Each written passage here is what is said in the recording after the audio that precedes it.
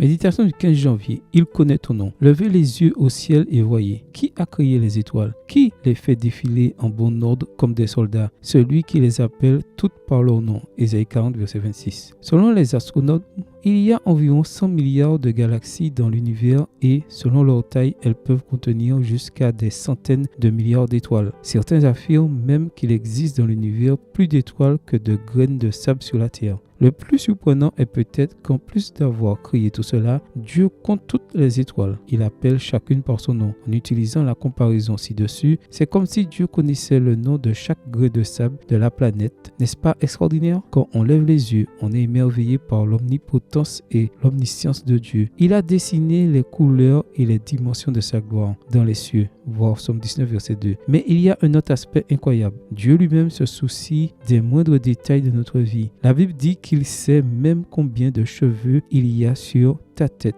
Voir Luc 12, verset 7. Jésus a déclaré que nous étions ses brebis et qu'il était notre berger. Il nous porte dans ses bras et nous appelle par notre nom. Voir Jean 10, verset 3. Jésus nous connaît individuellement et il est sensible à nos infirmités. Il nous connaît par notre nom. Il connaît la maison où nous vivons et le nom de chaque habitant. Chaque âme est parfaitement connue de Jésus comme si elle était la seule par laquelle il soit mort. Extrait du livre Jésus-Christ, chapitre 52, page 434, écrit par Ellen G. White. Il y a quelques années, j'ai accompagné le quatuor Arotos d'Oreille pour chanter dans la région de Pantanal, dans le Mato Grosso do Sul.